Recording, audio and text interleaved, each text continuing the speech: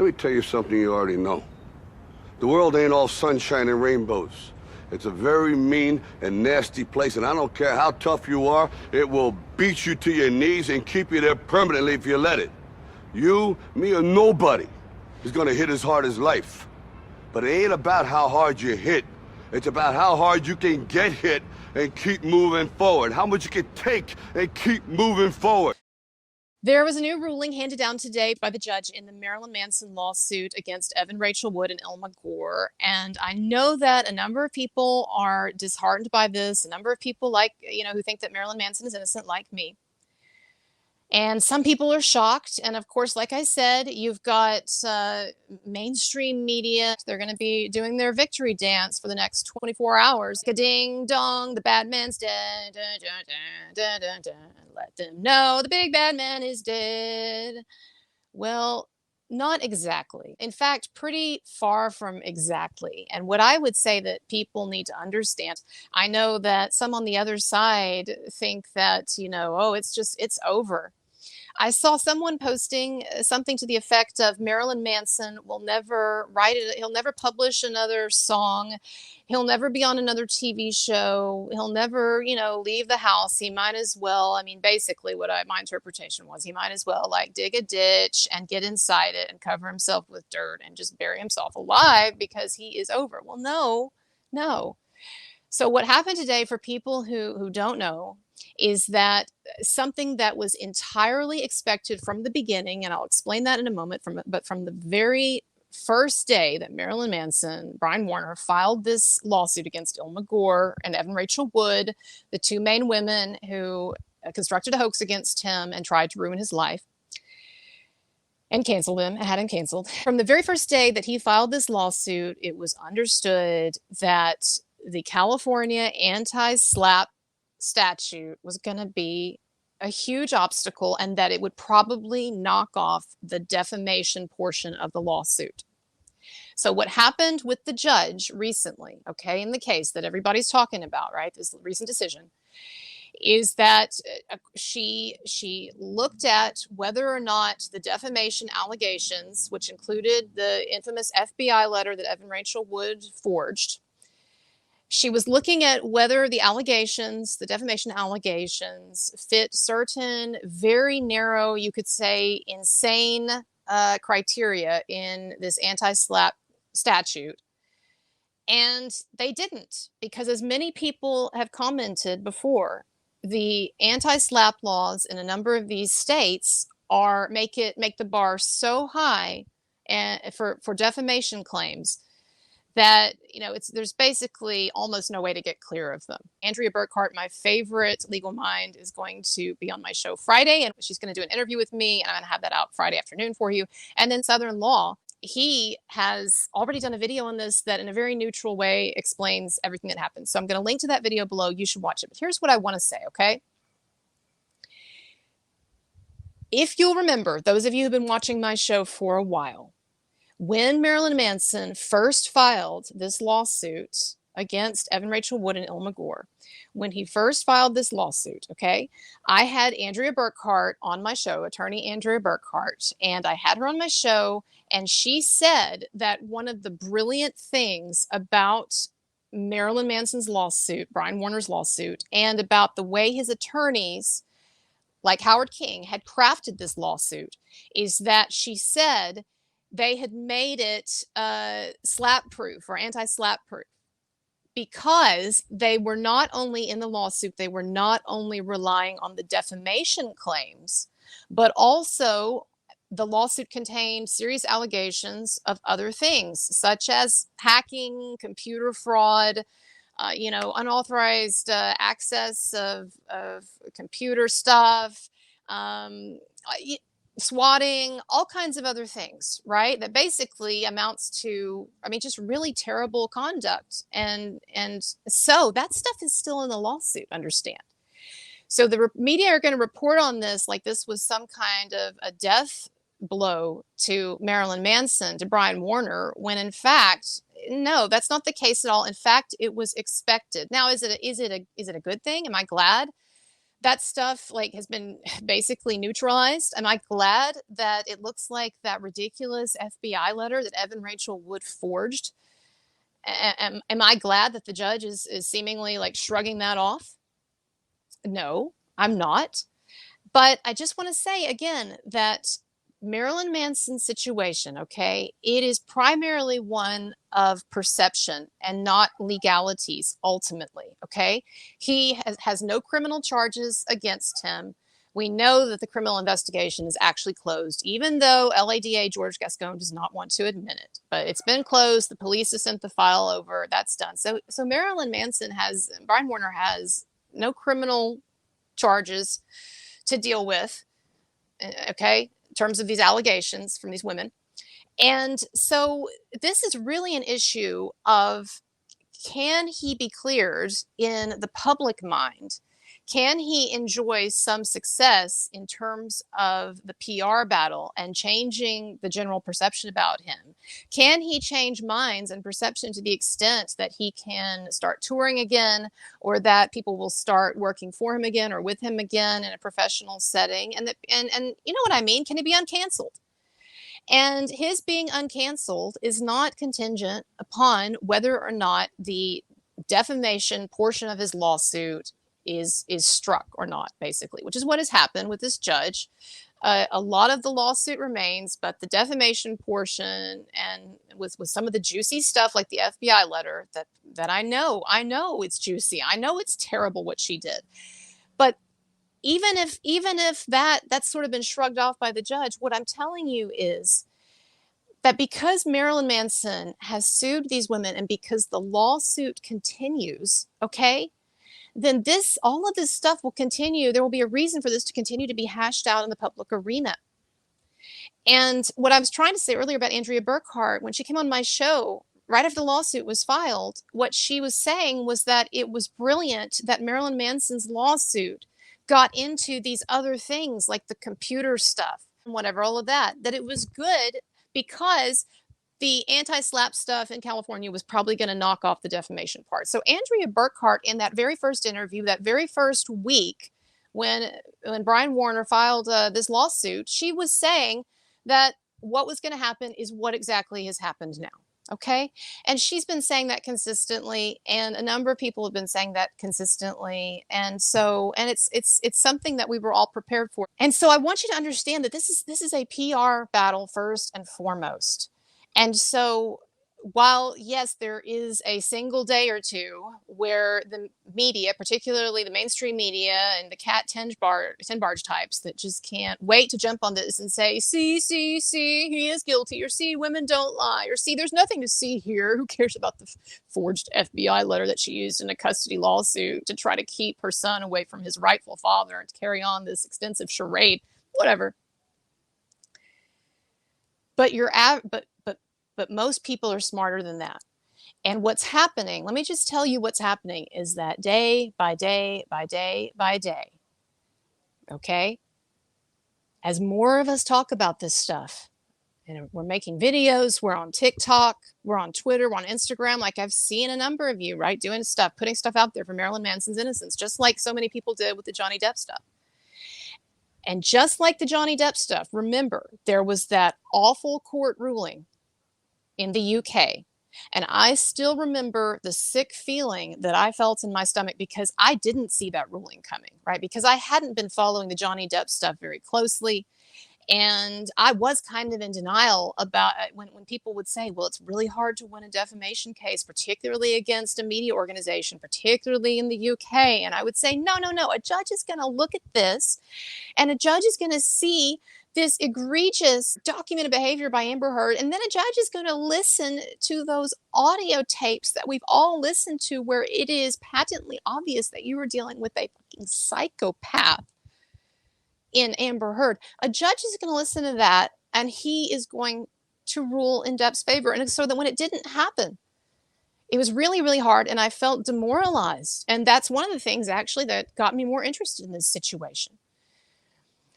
And what I'm trying to say to you is, I really think that with the Manson stuff, I think that this is really the last hard blow that Manson and his innocents are going to have to take.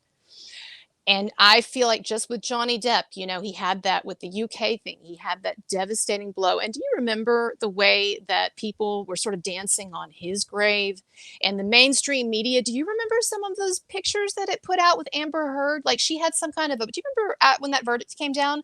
She had some kind of a party, or maybe her friends threw her a party, and they had like balloons, and there were paparazzi outside her house that caught her with this huge grin. I mean, she had this gigantic, I won. That was a dark day. And what I'm trying to say to you is this day is not that dark. Okay? It's really not. I know for some it's a gut punch, especially if you weren't expecting it. And one thing that I did say to Lisa at the Manson cases last night, we were talking about this, you know, privately. And one thing I said was, because she was telling me that some people online were taking it really hard, some Manson supporters. And I said, well, maybe, you know, maybe I didn't do a good enough job, maybe preparing people for this. Because I come on here and I talk about the FBI letter and how awful and how ridiculous it is and insane it is. And I talk about, you know, all of the nefarious, evil stuff that Evan Rachel Wood and Elma Gore have done. And I think that maybe some people thought that, well, if this ruling were coming, and Colonel Kurtz knew about it, then, you know, she would have prepared us, right? I think some people were not prepared because I hadn't been talking about it. I hadn't been saying, okay, you know, in another week we're going to get this ruling and it's going to be disappointing. And the reason why I didn't do that is because, first of all, it had been said on my show. In fact, I did that 24-hour live stream marathon, and I don't expect everybody to watch all of that. It's going to be on my Patreon for a while, okay? But anyway, but at some point down the road it'll be made public. But I did, you know, I had Andrea Burkhart on Ben a couple of days ago, and we talked about this. This was coming up, and we talked about how we expected exactly this result. But the reason why it's not something that I've emphasized on my show up to this point is because, you know, you never know what a judge is going to do. And I did not want to put the messaging out there that it seemed inevitable or obvious that this judge was going to do what she ended up doing. It's not good messaging. I don't think it's helpful. And so, you know, I didn't make a big issue of it.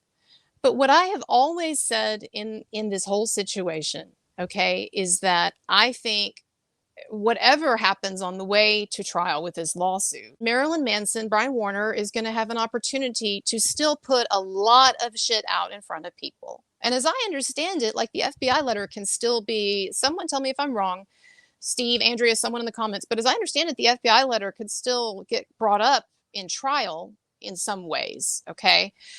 But it is, look, the longer that this thing stays in the public eye, the better it is for Brian Warner, because I've said it before, but I'm going to say it one more time. The benefits of this are front-loaded for Evan Rachel Wood, okay? And the pain is backloaded. And it just seems to me like almost a law of nature at this point, that the more that people learn about Brian Warner, the real Brian Warner, the more that they, the better they feel about him, or maybe the less negative, or the less they see just the scary Manson image.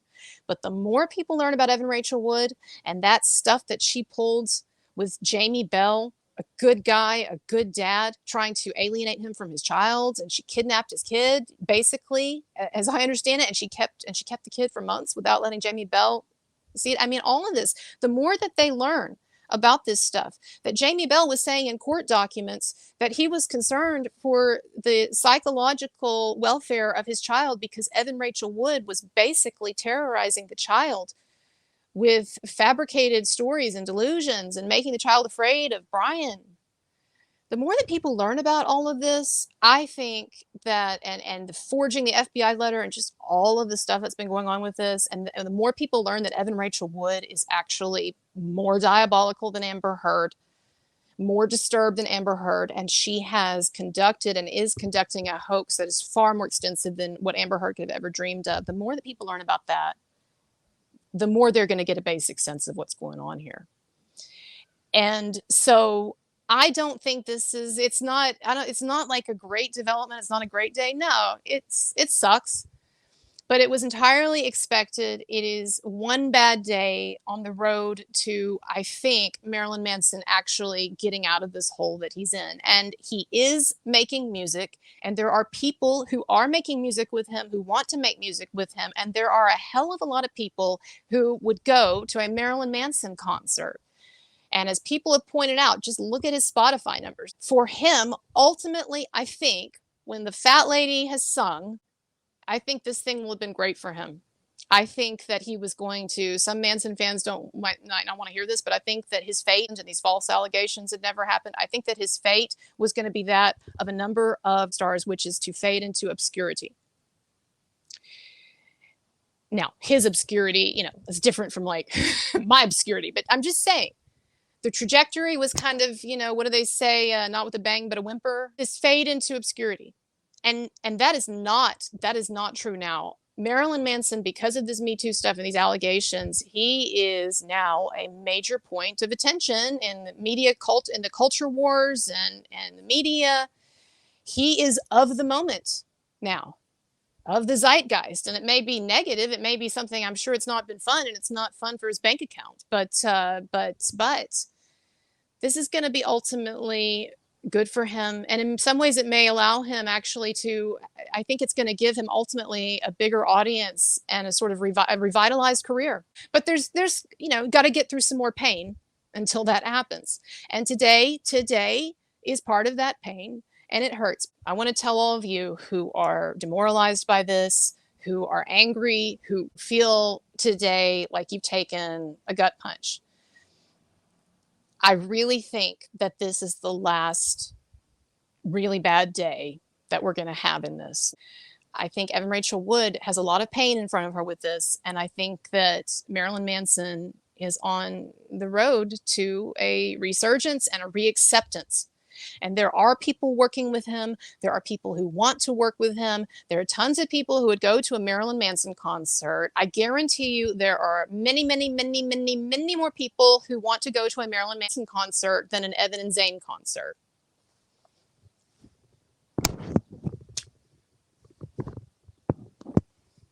Okay. If you don't know what I just did or why I just did it, it's kind of an inside joke, but don't worry about it. So, everybody, I'm not trying to give you a halftime pep talk. Like, I'm really not. It's not like we're like way down in the score and I'm in the locker room trying to pump everybody up. I'm just telling you flat out, it's halftime, and it may seem like we're losing, or maybe today the media, they're trying to make you convinced that you're losing and that Manson is losing. But here's what I want to tell you, boys and girls. It's halftime, and we're actually ahead.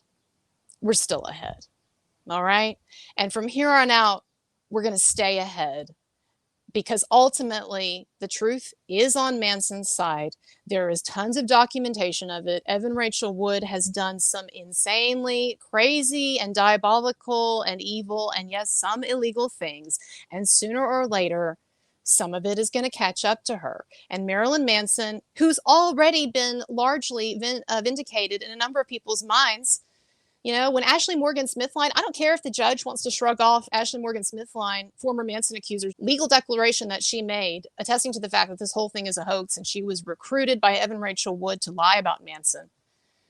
The judge can shrug that off, but that was huge news, and it's going to remain out there in the public domain, and a lot of people's minds changed when that happened. And you had a bunch of even some mainstream or some major YouTubers and Twitter personalities commenting on the Manson stuff for the first time. And I have a feeling that there are some big names that are quietly looking into this and biding their time, but that are going to report on this eventually.